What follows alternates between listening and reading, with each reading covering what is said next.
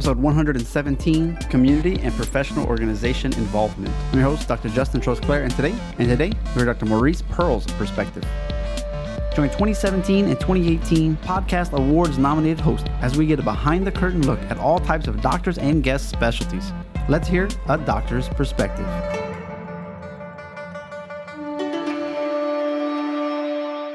How you doing this April? A quarter has already gone. Are you meeting your goals yet for 2019? If not, let's get with it. Go back and listen to a whole bunch of our episodes. We got marketing ideas. We got some referral ideas. We got a lot of information to where you can have better discussions with other PTs, medical doctors, podiatry, all kinds of different people that you could build referral relationships with. Are you where you want to be with your family? Again, listen to past episodes. Everybody's got a good tip. Well, today's episode almost didn't even happen. Listening to the guy, I just said to myself, do I really want to release this episode out in the world? Dr. Pearl, I'm kidding. Oh, April Fools. That's right. It's April 2nd when this came out.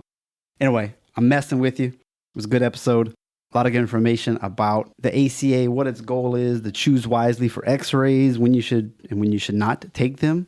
We talk about his past work at an MD, DC, PT clinic. We even go into like insurance, equality, the trouble of billing. Should we even take insurance anymore? More about the ACA's purpose, but also we switch gears and start talking about like, family life and, all of that. And, he has a cool reason why his kids are in sports, even at such a young age, which makes me start thinking, I need to start looking around for the future. Want to read a review we got the other day from the Foot Doctor in Australia. I only recently stumbled across this gem of a podcast, and if you're in the health industry, this is a must-listen show. Dr. Justin's guests come from every health profession. Therefore, you're exposed to a vast array of insights and knowledge that can be transferred back to your own careers. This show definitely covers all the bases if you're looking for business, life, and career advice.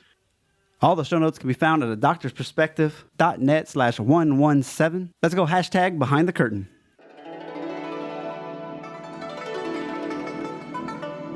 Live from China in Arkansas. Today, we've got a somewhat recent graduate, and I think that's a good idea because not everybody is going to have 20 years experience and 4 clinics and $800,000 in collections a year. You got to start somewhere. So we're going to start with someone who's been out a few years, and we also have a guy that's really interested in the political side of chiropractic, and I want to explore why would you want to join your association, what is that for, and what have they been up to these past couple years. So please welcome Dr. Maurice Pearl. Hey, thank you for having me on. So I always like to start with, the simple, or not the simple, but maybe the short version of, there's lots of things you can do in life. What made you pick chiropractic? I beat myself up a lot. So played football all through high school and college. Got hurt a few times. A doctor went to go see. First time I got hurt, went to go see this guy. He treated me, I got better, but it was a very, very long process. Had the same injury to the other knee next year. It was night and day different. It's realizing how much it mattered having a doctor who knew what they were doing came back sports injuries. And so I get to college and I'm trying to decide what I want to do. I think I want to be a surgeon. I shadow our local team surgeon for it's a few months, honestly. And it's just a life I didn't want to lead. He was there 16, 17 hours a day, not spending a lot of time with his family or friends, and just kind of just tired. They don't tell you about that, do they? No, they really don't at all. And then I have a friend of mine who talked to me and giving Logan a try, and went out there and liked it a lot, and it's kind of all she wrote. Okay. Man, nobody tells you that. 16-hour days, on calls, 3 a.m, somebody had a blowout. Like, all right, well, I got to go figure this out now. Yeah, I mean, it was all those things. Like, it was, I went to undergrad in Joplin, Missouri. Mm-hmm. And you probably saw in the news, they had that huge tornado in 2011. Okay. And that's when I was shadowing. So I was seeing all these crazy trauma cases that were really cool to see. But at the same time, like, he was getting called up middle of the night. He was at the hospital 5 o'clock in the morning. He was in the clinic all day long seeing 1,000 patients. And it's just, he enjoyed it. And I didn't enjoy doing it myself either. So it's a pretty easy choice. First lesson here is definitely shadow a doctor that you thinking you want to become a part of. Exactly. Like, don't go into it just blind because it's not going to be a fun time for you at least. Yeah. And what's great now, I don't know about you, but when I was growing up, I didn't know about all the different specialties that were out there and the different types of professions. So to be exposed to different things is a good idea, I think. Not a clue. I mean, I barely knew what a chiropractor was in college, honestly. Yeah. So you went there, you went that route, and now Hmm. you've kind of been a either independent contractor or like an associate doctor. And, in chiropractic, we don't really have the opportunity to go to, work in a hospital. And then we also have such high student loans, and sometimes banks are like, hey, we don't want to lend to you, so you can't even start your own clinic, even if you wanted to. What's been your journey? Um, I came out and didn't really know what I wanted to do, how I want to go about it. One point, I was looking into trying to either start my own practice or buy my own practice. Went to a lender and he basically laughed at me and told me this is a No. bad idea. Yeah, it was eye-opening and I'm glad he did it, honestly. I mean, I'd rather now, looking back now, take a few years to figure out what I'm doing first before I start taking that on that huge burden. Yeah, I started out as a first job as an associate, did about 2.5 years, and then left actually last summer, become an independent contractor. So going back, when you say you're glad you didn't, do your solo thing, is it the lack of business experience, the lack of patient experience, or just being on the hook for who knows how much money per month when you starting out with zero patients? What are your thoughts? A little bit of everything, honestly. I mean, we come out of school knowing just enough to be dangerous. Mm-hmm. And then you need all that time to kind of figure out, how you build this insurance company, how to read healthcare policy, how to actually manage patients, and all of Yeah. them like that. You just need time to figure out your own. And it's nicer when it's on someone else's dime. Mm-hmm. When it's yours, if you screw this up, it can be a very costly mistake. Yeah. You only have a few months usually. A lot of Yeah, people don't have like the 6 months of working capital like they recommend. It's like, this needs to really start yeah. working. It's hard to get that kind of money when you're in college, 30 plus hours a week, and trying to get through boards and raising a family, and Yeah. it's not an easy route to go about out the gate. No. And we've had past episodes of, okay, maybe I should work in a smaller clinic or work out of somebody else's office. So, there is options available if you're like, I just can't work peanuts. Because sometimes those like a chiropractor, we don't get paid well that first year or so. So there's other opportunities. But did you, when you were working as an associate in those first 2 years, did you get to do a lot of like rehab and hone in different procedures for patient protocols for different conditions? Kind of, kind of. We were in an integrated wellness clinic, so we had chiropractic, physical therapy, medical services. Mm. Uh, so it was kind of a thing. Patient came in the door, they're getting touched by all these providers. So I get to learn a lot about like trigger point injections and this joint injections, general medicine kind of stuff. Got to see how physical therapist practices day in, day out. And then had a chiropractic side thing where we handle the nutrition, the wellness aspect of practice. Yeah, but so what was your role like day to day looking like? Mostly it was treating patients as time went along. Our physical therapist, she retired, Mm. and instead of hiring a new physical therapist, I was put basically overcharged that area of the practice. So I was helping run that in the practice as well as chiropractic and then occasionally doing new patient exams, re-exams, helping out with nutrition, helping read imaging for joint injections. Positive Basically, experience? honestly, yeah, it was. I figured out a lot what I want to do, what I don't want to do. Okay. That's a good thing about it. Did you like the PT Chiro practice setup? I think it's a great step, honestly. I think it's one of those things where you're able to address a lot more than in the 5 minutes you have a patient on your table. Yeah.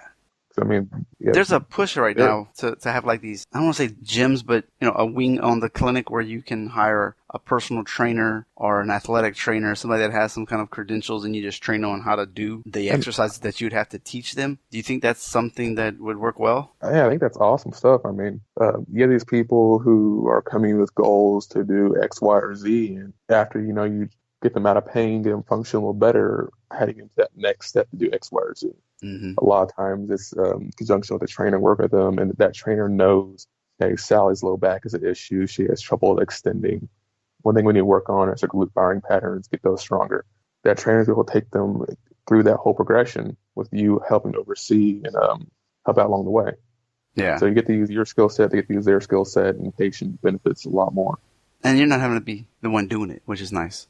Yeah, exactly. Yeah. Which, I mean, yeah, your time is money, obviously. But And as an independent contractor, this the new place you're at, are you Hmm. free to do as much as you want? Are you kind of restricted based on what's available in that clinic? You know, you have to do your own marketing as well, all that type of stuff. I do my own marketing, and I do tend to do more of what I like to do. Mm. Practice I'm at, they've been in business, I think, almost like 60 years. Mm.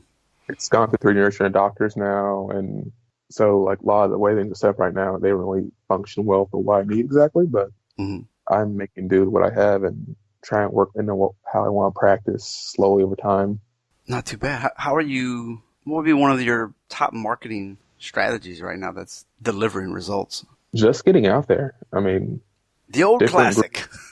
I hate to say it's that simple, but like making sure people know who you are. I mean, town I'm in, it's like 100,000 people. Everyone kind of knows everybody. Hmm. When they see you, like you're at this event helping out, or you're volunteering time at this event, or you're in this club, those kind of things go a long way to just building that just trust before you come to the door. Does being a collegiate athlete help you in that matter? Like people skills or relating to athletes so that they know who to go to? Yeah, I mean, people want to go to someone who knows them, knows about their life, what they have going through. If I look like I'm a marathoner running an ultra marathon every single week, a lot of runners can listen to my advice and how I manage them. I see a decent number of strongmen, lifters, CrossFitters, etc. But I kind of fit that mold. Look like I live in the gym sometimes. So Ah, I think it's you gotta be authentic. are you That's what I bulky or are say. you like built like a runner? I'm on the bulky side. I'm not. I mean, I would think No with trick easy football for you runner. wouldn't be a string bean. No, no, no. There's a reason why I go to the I've always, NFL.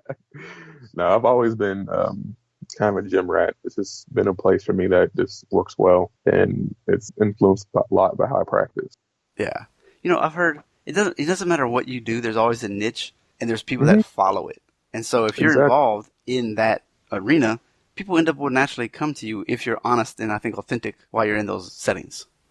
Exactly. I mean, people like they want trust to who they're talking to. I had a guy come in a few months ago, actually. He had hurt his shoulder working out, and he straight up told me at first visit, if you didn't look the way you looked, I would listen to a single word you said. Probably just go walk out after this visit, and never came back. Yeah, he didn't Like, want the oh, fat doctor, huh? okay. Yeah, yeah. Which is like it's crazy to think because I mean we're all well trained, we're all know enough to help people out, but people get these mindsets. It's hard to get through sometimes. That's true. So your first couple years, you're out there making a name for yourself. Are you surprised about anything that's taking place? Like, are you having any challenges that you wouldn't have expected? I guess a yes and no. Hmm. Have people come in the door where you think it's going to be the simple low back case, and they check mark every box off your exam list to fit this diagnosis, and they don't respond that way. Mm. That drives me insane because like everything up front is right, like doing everything the right way. They're just not getting the same relief they should be getting. That and Like your last 5 disc bulge patients were responded well to this treatment, and this one's not responding quite as well. exactly, yeah, It's like, what do I do? yeah, they're doing the same thing. They was the exact same way and make it a little bit harder. It's fun at the same time, but everything is this dealing with insurance companies, and that's been the most difficult. I mean, Really? there's one right now, and since I moved down here about 9 months ago, I still haven't gotten things lined out with them. And it's been weekly letters, calls, emails, and a bunch of fun stuff. Hmm. Yeah. Like they won't transfer your contract with them, or Just trying they just won't pay you? just trying to get in network with them. Oh yeah, that thing. Yeah, yeah. Yeah. They're a wide open company and wide open carrier, so it's not they're closed. And then That's weird. there's other ones who I called and said, hey, I'm moving this address, and that was in the story. Oh man. Yeah, it's And it's the big insurance carrier there? yeah, yeah, and it's one of those things where all of them are just so different, trying to get little things done. Oh man.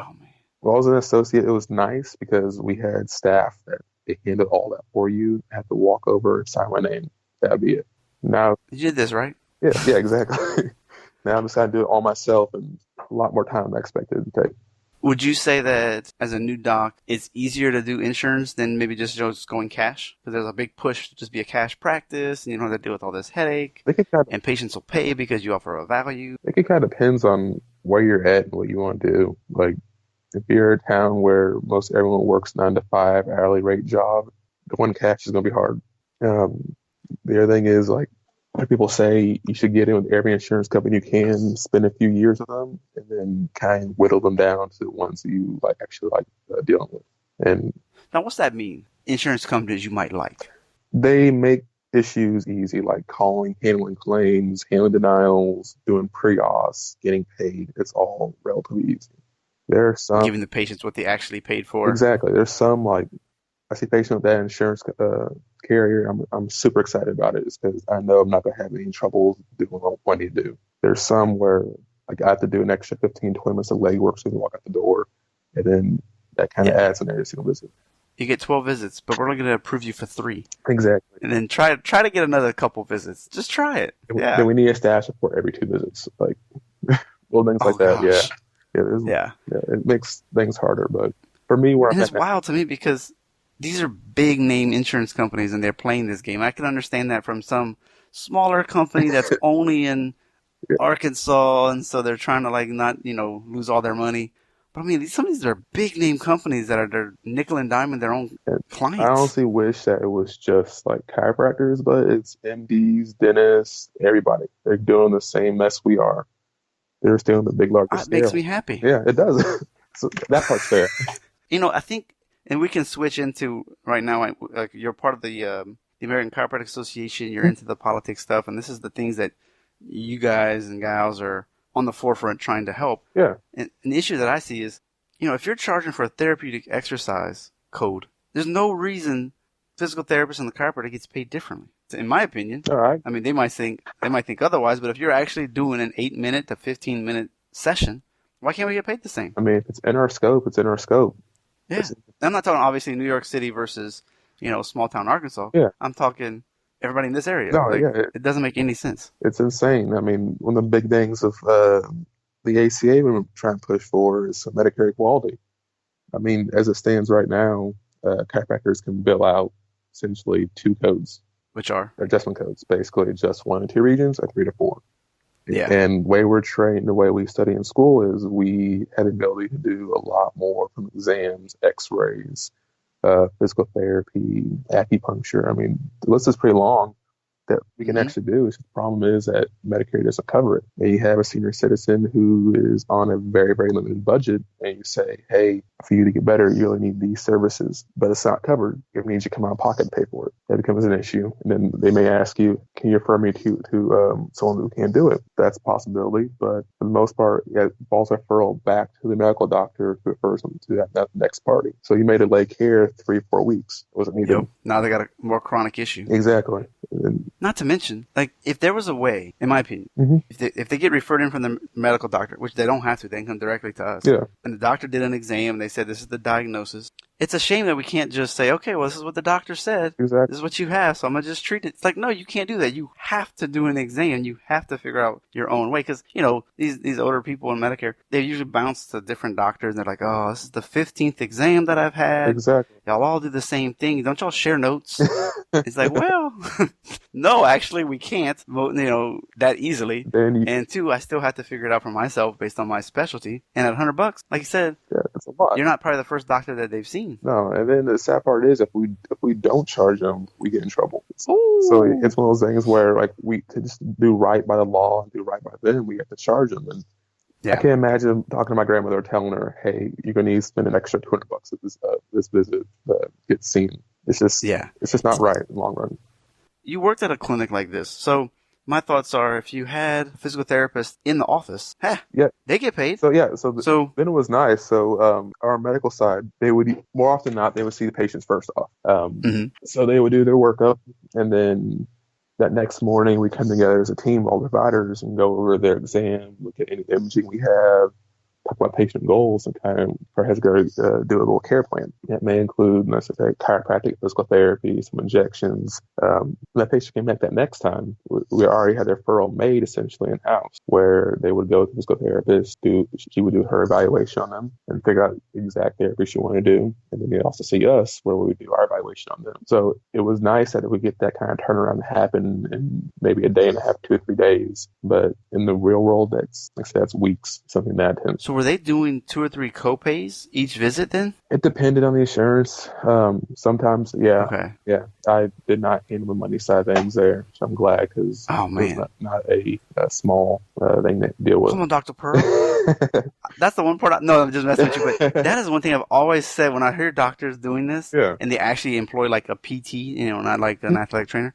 I'm like, so are they walking in and paying a $50 copay for the chiropractor and a $35 copay, or 2 high deductibles because it's 2 separate visits? I just never knew. How does that work? Like one thing we would do, we would estimate what we think it would take, like say 15 visits.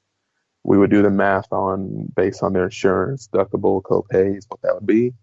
We tell the patients, like, you can pay as you go, pay now, and figure the rest out later. But it's not easy, that's for sure. I wonder if those staff actually did like hey, patient, so your insurance, based on the way it's, because it could be set up like an entity. It's all through this one doctor's office, like a medical doctor. Mm-hmm. Therefore, everything underneath him is covered. Yeah. But I don't think so, because we all have our own provider NPIs. Exactly. So I wonder if they are up there and they're like, look, you need 12 visits with physical therapy and chiropractic. However, this is what it's going to cost. If it's just this, it's $1,000. If you add the chiropractic, it'll be $1,800, because, it's 2 different charges. Yeah. And then they have to make that decision like, well, which one's cheaper? Which one's yeah? Can I try a little bit of both? And every other visit. That occasionally happened though too. We had patients who did not want to pay for injection or didn't want to pay for chiropractic. And, at the end of the day, it's their right to do it.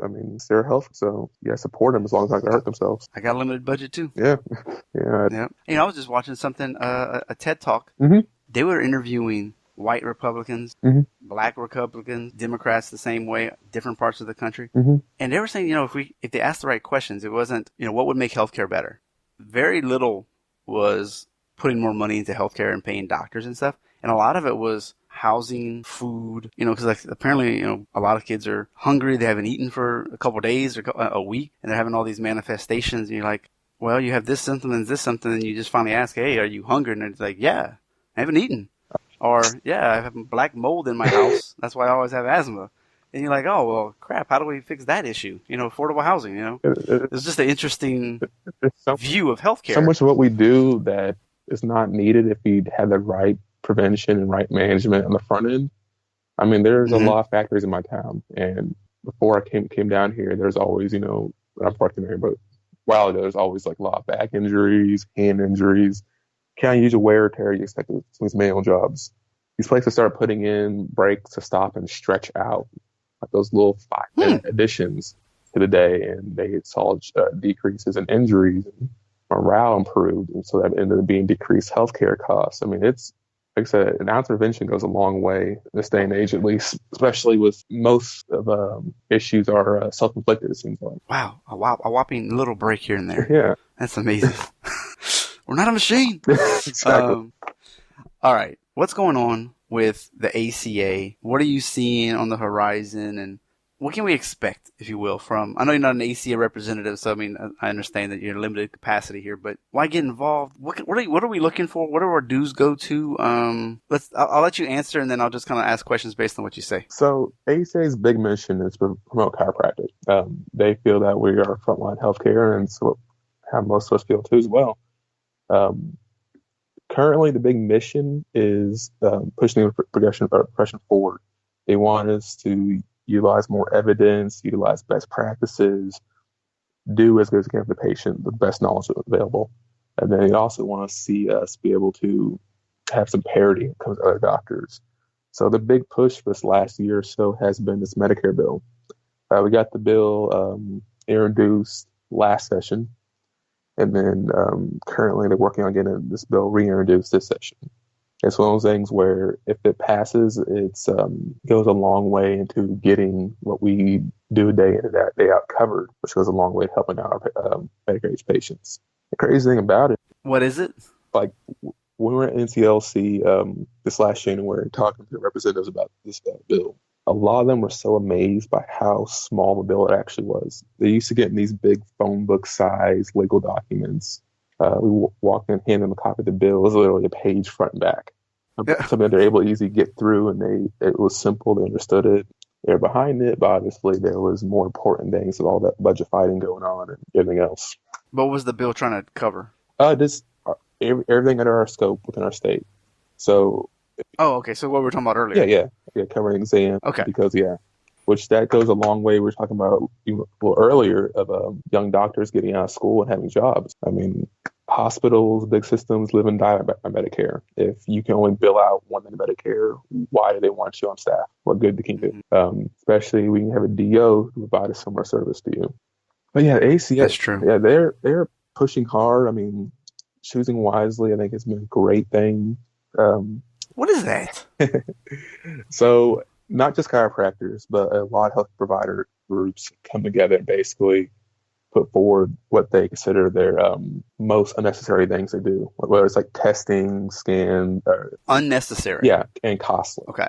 So for chiropractors, choosing wisely, we picked one thing, and we picked X-rays for low back pain, and pretty simple. For low back pain. Yeah. Okay. Pretty simple. And you have to any red flags. Essentially, acute low back pain, you don't need X-rays, but it leaves it up to the doctor's discretion. So, say you have your 85-year-old grandma with a sudden acute low back pain, that's something may be a little off. X-ray that. Trauma. Okay. X-ray that. But it's sciatica. Yeah, I mean, occasionally. I mean, if something's not responding well, I mean, that's usually the first step where you do MRI anyways. But yeah. No, I've heard. Go ahead. I was saying, and I've heard the opposite end too. Where, we're thinking that's, it's a good thing because you don't, normally you're not going to see anything that's going to change how you treat the patient. Yeah. But what about all these doctors who are like, that's great. I'll abide by that nice choose wisely theme. And then the next patient that comes in who shouldn't have had an issue had something, and now I'm hurt them because I didn't get the x-ray like we used to do for the last 30 years. How do they handle that? That kind of comment. If I don't x-ray it, I don't know what's going on. That's not going to hurt them. Been the biggest fight. Most things we've had to deal with these last few months, a year or so, has been, the comments. Like right now, we're working on kind of mending it a little bit, the wording, so it makes a little bit better sense. But yeah, because they're not that expensive x-rays. Not for us. No, we got a whopping, $30 or $50 reimbursed if you're lucky. It's not like the same x-ray at the medical doctor. You're like, oh, that's $200. You're like, how? Exactly. I don't understand. Exactly. So it's just one of those things where funny thing is a lot of doctors aren't doing it as much anyway. So it's just, it's one of those things where it's like, okay, what else next kind of deal for me personally? Well, because a lot of times they use the x-rays, I think, inappropriate where you've got this, you've got that, and that means it's going to get, your curve. You got arthritis, it's going to be bad, this is what's causing you back pain. You're like, that's not necessarily the case, actually. Yeah, that's definitely not right at all. That really isn't. And it hurts us as a profession, honestly. I mean, we have the potential to do so much as chiropractors. I mean, and we just have to step up and actually own it. I mean, we have a lot of people in this profession who are great in nutrition, great in rehab, great at testifying for in courts. But the one thing we need to make sure we all own is low back. People think about us, think about low back pain first. We make any inroads anywhere, it's low back pain as well. I mean, it's so much simpler. People try and make it like, yes, we can do all this extra stuff, but someone comes to you with something, start with the issue at their hand. If they start talking to you more, figure out that you're great with knees, great with shoulders, they will let you know, hey, my shoulder is kind of crappy. Take a look at that too as well. And that happens pretty frequently. Yeah. I mean, like I say, you see someone with a couple visits and they make an odd mention dealing about this ankle. Yeah, let's take a look at it. Simple adjustment. Because it's weird to advertise that. Yeah, it really is. I treat ankles and knees. Aren't you a chiropractor? Yeah. Is that like back pain? Yeah. It also comes down to your audience, though, too. So, like, we're talking about getting involved earlier. If you're at a running event, working with a lot of runners, they're going to want to know about shin splints, IT band issues, knee pain, foot pain, ankle pain. That's what they're going to care about the most there. So, like, knowing who you're around and what they want to hear and what they want to be evaluated is going to be great for you, too, as well. Yeah. What are your thoughts? Like I said before, there's a big push for cash practice. I'm tired of this. A lot of patients have the insurance, but really they're still just paying out of pocket because their deductibles are $10,000. Or I saw somebody had like a $75 copay. Wow, Yeah, that's a lot of money. Really is For a chiropractic visit to get to that, to get to that amount. Now that's their deductible. I mean, I'm going to owe you money at the end of the visit. And then there's others that are like only $20. Yeah. You go, what? Why am I even taking this insurance? I only get $20. This is crazy. I mean, this is dollars and cents. Like, you can't keep a practice open like that unless you just see that much volume. But in reality, you still have to get those clients. Mm-hmm. So unless you're a marketing machine, you still can't. Anyway, you get it. So if you're that person who's like, ACA, all they do is they fight for insurance to get better payments and all that kind of stuff. That's why I don't support them, because I don't even want to be in that game. Any thoughts on that? Well, they're also handling things like they're handling positive press. Anytime you see one of these articles pop up on news talking about so-and-so had a stroke and they went to the chiropractor, they're the ones putting out the responses to that. They're calling editors aboard. They're doing that groundwork to make sure that what's being published and out there is the truth. Okay. They're doing a lot of things where it comes to like research, helping fund a lot of research right now. I remember like they're indirectly they're helping out with one big study through Yale and the VA. I mean, that right there there's amazing. They're doing things with helping patients find doctors. Okay. Yeah, there's job boards for young doctors too as well. They're doing like CE events, and they do so much. I mean, with so little, it amazes me every day, honestly. Like if we had half the profession in, it'd be a completely night and day thing. If you look at AMA, what they have to draw for funding wise is insane. I mean, you don't have a choice. I think you have to be a member of the AMA. Exactly. Yeah. I know. Now they have a more unified front. Yeah. But I'm sure there's splinters of that too, because they always have their own, whatever your specialty is, there's an association for that as well. And and almost all of them are a part of that as well. That's every healthcare providers group too. I mean, the APTA is the same way. Physical therapists. It's just when we all get involved, we have the money and funding and the energy to get stuff done. I mean, we're at the meeting at MCLC. We're kind of sitting talking, and we kind of look at the numbers. Like half the ACA is all students in school or doctors in the first couple of years, which to me is like ridiculous because of how affordable it is to be a member. Honestly, like, right? It should just be done. Yeah. Your marketing budget or something. Yeah, I mean, it's just one of those things. There's a tax line. Association dues, so it's not you don't have to go to any other way. It's like, yeah, that's still tax deductible. I mean, like I said, it's just one of those things where like I cannot imagine not being a member, even if I never did anything ever again with them. Just the fact that my money is going to help out, like that's I think I pay $30-$40 a month. They do like a graduated rate for new grads, so your first year is free, your second year is so much, your third year is so much, your fourth year is so much, just to help that transition into practice and having to be able to practice yourself. Yeah.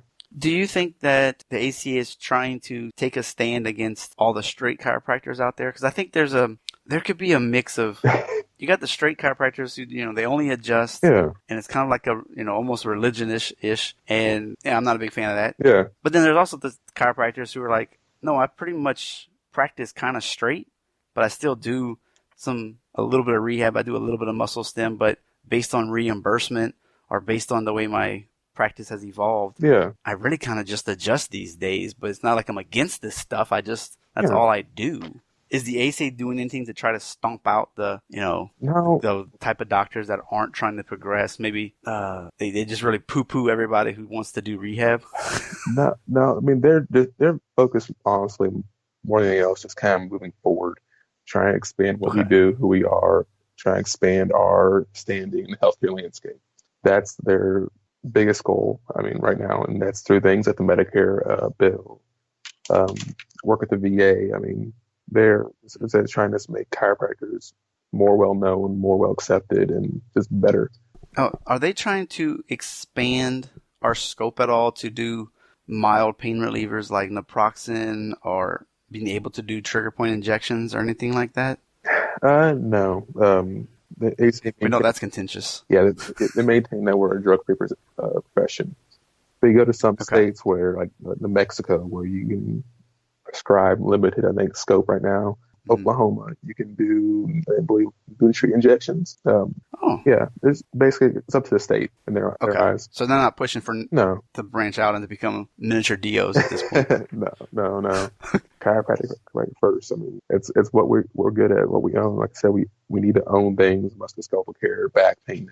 We're the best at it. I think Okay. we should focus on that more than anything else. Which is interesting. On episode 114, I had a doctor of osteopath Mm-hmm. who trained in residency to do, they call it osteopathic manipulation, Mm-hmm. which is pretty much the SMT. Yeah. If you haven't, take a listen, because I had no idea that was a board trained residency program that they have to do, because otherwise they kind of learn it, but they don't really do it. So it's, most of them, like, yeah, I could probably adjust the low back or something if I needed to. But that doesn't mean they're really good at it. They just built a DO school here in Fort Smith, Arkansas, and they learn it, but they don't focus on it like we do. I mean, we spend years working on the same moves over and over again, and then adding in different techniques on top of that, and it's what we're best at. Even on like sports teams, so we have a team chiropractor. They can do all that soft tissue, needling, rehab, taping, whatever. But the number one job is to come in and adjust. It's amazing if you get the right trained chiropractor and the right trained PT. You wouldn't know who's who. Who said that? Was it a Cook that said that? Gray Cook? Me. I said that. That one. That's a quote. That's an air quote. Justin Trost-Clair said that because I've seen the PTs learn how to do the adjustments, and you got chiros that are doing all these different, McKinsey and DNS and all this stuff. I'm pretty sure somebody more important said that first, but I wouldn't know. Yeah, you're 100% right though. I mean, I have friends who practice at PTs in their office, and like following them on Instagram and Facebook and just knowing them personally, like you wouldn't be able to tell them apart from physical therapists. We all should, we should get along a lot better than we do. We really should. I think we just need to have some more marketing companies, because you see some of these massive PT Instagram profiles. You're like, man, these videos are awesome. Who's the chiropractor that's doing all of this? You're like, oh, come on, we gotta step it up. That's a lot of work to do those types of videos. There are some out there, but they are not the best quality doctor, not the best product at least. There's a few who are slowly growing, slowly building these great videos. I mean, and they're becoming like these pillars in our community, which is I think another great step into becoming more accepted is just telling people like what we do, showing them what it is, and how we can help them. Because in reality, I don't think there's a lot of I don't know. I was going to ask you what your next 5 to 10 year goals are. You may never want to become the person that's on a speaking circuit and teaching all these different things, but you could be the biggest big deal possible in your town. Exactly. Where everybody's like, oh, everybody goes to Pearl. Exactly. I mean, you kind of want to be known as the go-to guy for this, that, or the other thing. I mean, yeah. So you just got to put the time in. Yeah. Otherwise, spending a lot of money on billboards and Facebook ads and all that stuff that don't pan out. So what are you looking forward to? Next 5 or 10 years? Any goals that you can see for yourself? Possibly ACA, possibly who knows what? I definitely want to stay involved with the ACA and at the very minimum, a alternate delegate. Eventually, maybe try to get on a committee or two. In this office, I want to see my practice kind of expand to a more active base, doing more active things in the office of patients, which requires spending more time and seeing less patients. But I like that style of practice. So, yeah, I'm not the biggest fan of the 5-10 minute visit and out the door. I'd rather you 30-40 minutes here, getting what you need to get done, and then see you again later. In this area, it's just not a lot of that kind of practice. So I feel like I'm in a really good spot for that, at least. That's pretty cool. Yeah. You just got to take your time and build up and then potentially move on, in a sense, I guess. I mean, it's not going to happen overnight. No practice grows overnight. As long as you're working doing the right things, you're going to grow at the exact speed you need to grow at. Does it mean you just sit back and play on the computer all day long? It means you make sure you're putting out quality blogs, putting out great videos, taking care of patients, and just doing the simple things. Like I had a patient a few months ago, comes in pretty frequently, neck pain, headache kind of thing. She also had a knee issue. I took the time to examine her, kind of talked over what it might be. We kind of agreed that it might need MRI, sent it out. Imaging came back and brought her back in. That kind of caught her off guard because she's used to doctors just saying, you have X, you go to this doctor now for surgery. But just spend the time, talk to her for 15-20 minutes on just her imaging, what it means, her options available, how best to manage it. That meant the world to her than me ever adjusting I ever did. So you treat people right, your practice is going to grow. Now she's going to say, like, Dr. Pearl helped me out a lot. Or what do you do? He actually explained to me what's going on. That's huge. It really is. I mean, They want to hear. yeah, What they said, even a talkative person, after about 90 seconds, they're done telling you what's wrong with them. exactly. And that's just, they need to get it off their chest. And then finally you listen to them and you're like, okay, that's amazing. Yeah. This guy knows what he's doing. And And that's just talking, just listening. I also want to know that you care about them and their well-being. I mean, our patients have more than their pain. You may have the dad who can't bear to pick up his kids anymore. To him, he could be in pain the rest of his life as long as you do that one activity. So working again towards that is going to be more than hitting that perfect side offer setup. Getting that back to me. It's like you have to figure out what your patients want, what they're really striving for, and work towards that end goal. That is some good information right there. Switching gears a little bit, any hobbies, volunteering, anything outside of work that just gets you excited and, helps you to refocus? Yeah, so I'm a member of the Rotary Club here in town. I feel like this is really important to join them. They do so much good work, and they helped me out in high school myself. I mean, they gave me a small scholarship, took care of some costs early on in college, which was nice. But the amount of goodwill they do in the city for literally everybody just blows my mind. I mean, it's hard not to get involved and want to be part of that. I'm also, like I said earlier, I'm kind of a gym rat. Like every single morning I wake up and at the gym. It's kind of how I start my day. That's my morning coffee. There I'm kind of planning out my agenda for the day, what I need to do. And then I'm coming into the office in the morning, that first patient, just energized, ready to go.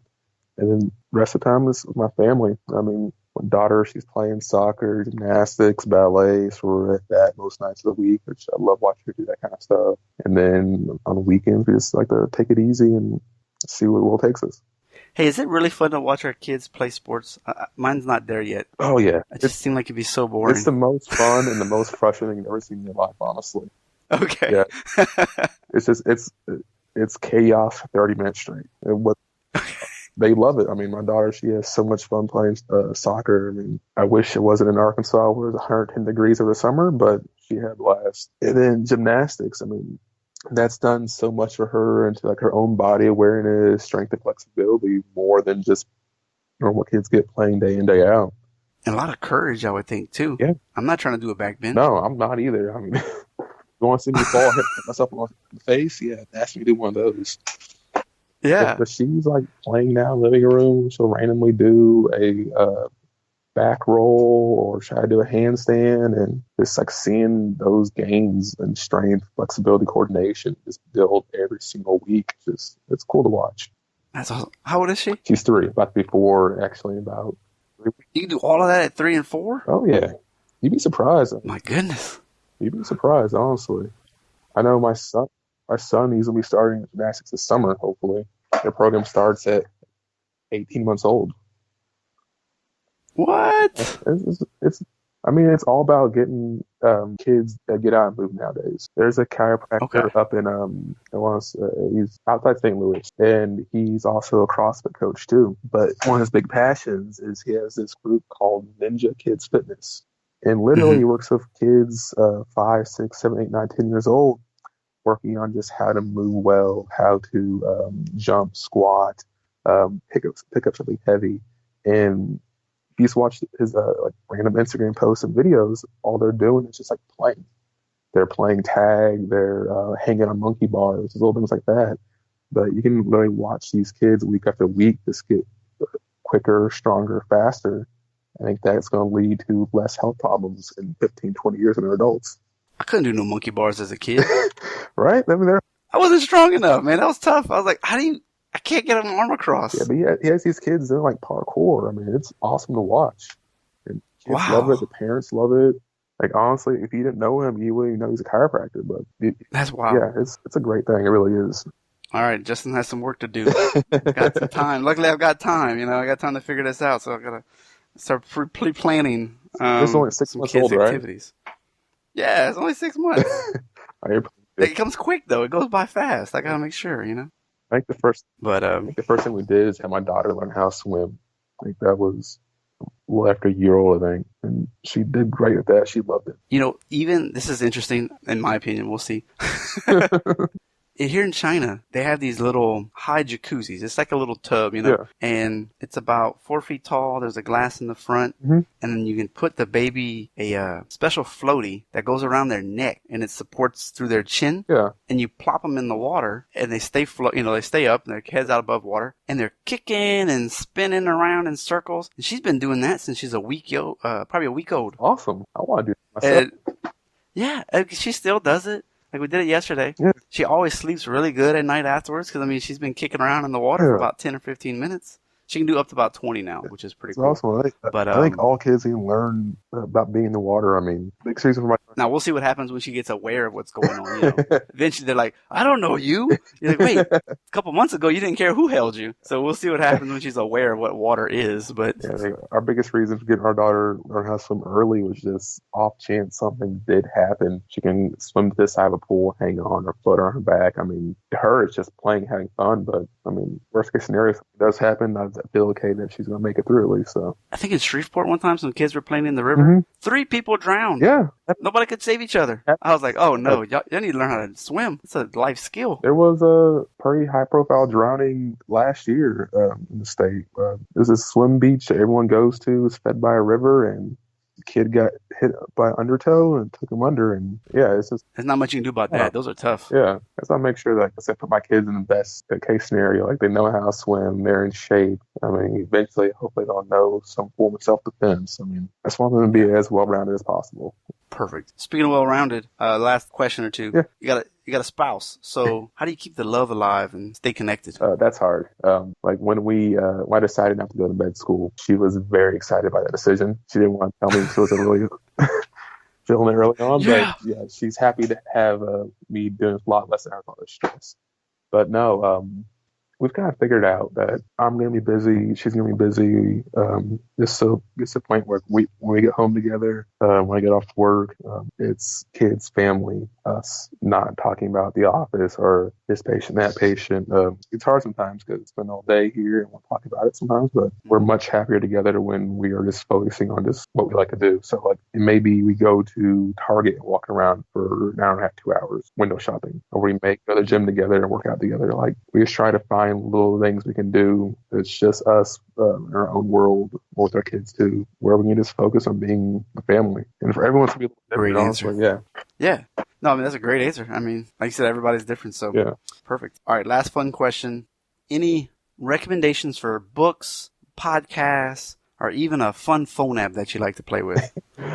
So I love that Anatomy Atlas 2019, I think. I don't know. It's found it for sale randomly in the App Store. It was like $2, normally like $20, but it's great patient education. Able to like break it down, show them like talking about this vertebral level or this structure right here is damaged. This is what it does.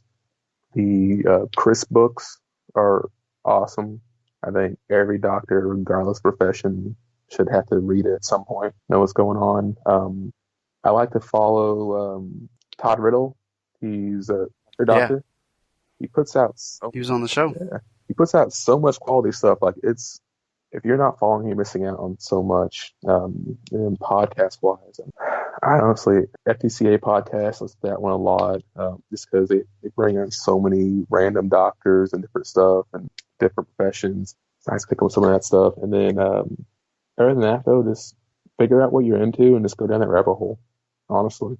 Agreed. You can go down some rabbit holes with podcasts. Really, yeah. My goodness. Especially in the healthcare landscape. Right now, I'm on a ketogenic diet right now. And I've gone on that rabbit hole in the last couple of weeks and just different podcasts. There's been about 40 of them, I think I found, honestly. But I'm learning a lot about it, though. Because it's a hot diet right now. Your patients are going to ask you about it somewhat. So I'll have to have some better knowledge than what I already know myself. And why it works for me. Mm-hmm. Yeah. You even put on if you do it well, you can put on a workshop. Yeah. You'll know more than everybody else. Exactly. And guides people. Yeah. That could be good. That could be something. Yeah. Maybe one day. Yeah. But no, it's just, I try to just take in whatever I can, whatever's around me. If someone says you can check out this book, I'm going to look it up on Amazon and see how much it is. If it's a price my wife won't get mad at buying it, I'm going to buy it and try to read it as I can. You got to save up for those CRISP protocols. Exactly. Someone tells me about a podcast that has a great doctor on talking. I'm pulled up, listen to it while I'm working out in the morning. hear about a new app that works well, I use that.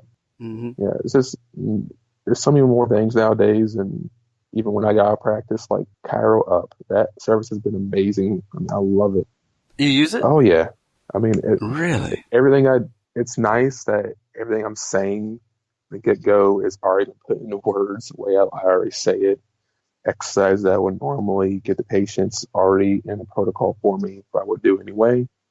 It just makes my life so much easier and quicker. And then I'm learning all the time about different conditions, different ways to manage stuff. Like I this morning pulled up their blog on talking about shoulder pain, and I'm hopefully pulling stuff onto that from that to use come tomorrow. Huh. Yeah. Well, I'm gonna have to try to get that guy interviewed. I saw him at the conference last summer, but Yeah, he was. I didn't know It's an awesome he needed more time, I think. Yeah, it's an awesome service. It really is. I mean, I haven't even scratched the surface of it, honestly. I have a lot of friends that use it. It helps you generate like reviews and feedback on how you're doing. I mean, it does all that too. That's great. Yeah, it's amazing to use. Well, Dr. Maurice Pearl, where can people find more information about you? You can head on to our clinic webpage, www.balkmanclinic.com. That's BALKMAN clinic.com. And then you also find us on Facebook the same. I post most stuff, pain related, function related, and any little tidbits I have will get posted there first. Eventually make some own private stuff, but yeah, you can find me there first off. Wonderful. Well, thank you so much for being on the show and helping to discuss everything that we did, a little bit of politics in the chiropractic realm, a little bit of a new grad and the different aspects of that, and even throwing in the good family tips. So I know the audience is going to enjoy it, and I definitely enjoyed having you on. Oh, thanks, man. I had a lot of fun. Well, that wraps up another episode. If you can, send me a review. That's .net/subscribe, Apple, Google, Stitcher, Android devices. You just click that button. It'll take you exactly to the page you need to. You can write a review, hopefully a 5-star review. Like I said, it does help for other people to discover what we're doing here. And one thing I haven't really talked about too much is the adoctorsperspective.net/support page. If you want to host a cup of coffee, go for it.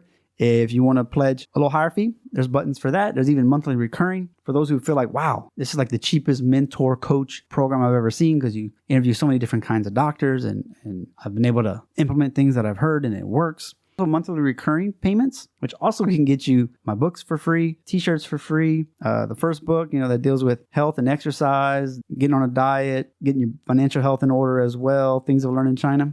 That book is available as well. And one thing that I don't have like a full-blown page about coaching and things, but there's a little button there. I've had people request, hey, doctors and non-doctors asking me, can I do more than just answer a couple of questions? Or could you be my coach for a little while? And I say, yeah, we can do that. So it's something I haven't really advertised, but it's something that I can do, whether it's marketing, some strategies for new patients, growth, those types of topics. If you're interested, just email me, justin@adoctorsperspective.net. If you have any ideas for guests, please send me an email, justin@adoctorsperspective.net. I'd love to hear who you think would be good, or a profession that you may not have heard yet. And we've got over 100 episodes. This is going to be like our third year. Super excited. We're going to have a little mini series like we've been doing, which has been fun. Hope you've enjoyed them as well. That's the feedback I've gotten. I want to remind everybody that we have some great affiliate links available. If you're into instrument-assisted soft tissue manipulation, we've got the Edge tool and we got the Hawk grips. Saves you about 10%. Also with the Edge, you've got the blood pressure cuff restriction system. You've got the G Suite inexpensive EMR in case you'd like doing cash practice. And of course, I got my own electric acupuncture pin to go with the no needle acupuncture book. From time to time, I'll have a bundle set where you can get them all together for a great price. I also have the free downloads at doctorsperspective.net/blueprints. And what lately I've been doing is substituting a fifth one. Like I've done a knee, and depending on the guest, I might do a different type. So check back there. You've got the Primal Paleo grass-fed protein, bone broth style. Save 10% on that. No sugar, allergy-free, gluten-free, dairy-free, all those types of things. Mentor box, get taught by the author. We got set for those floss bands that you may have heard about on one of the episodes. I really like those. If you want to know what hosting I use for podcasting, it's Blueberry. Pure VPN, that's one of those ones I use to help keep my payments secure, as well as access the internet more safely. Any Amazon products that you might want, click the link in the show notes pages. So all those resources can be found at doctorsperspective.net/resources. There's also t-shirts at .net/t-shirts. Put up some new designs from time to time. like making lemons out of lemonade, shrimp po' boy, plus all the chiropractic and podcast swag that you could want. As always, listen, critically think, and implement. Have a great week.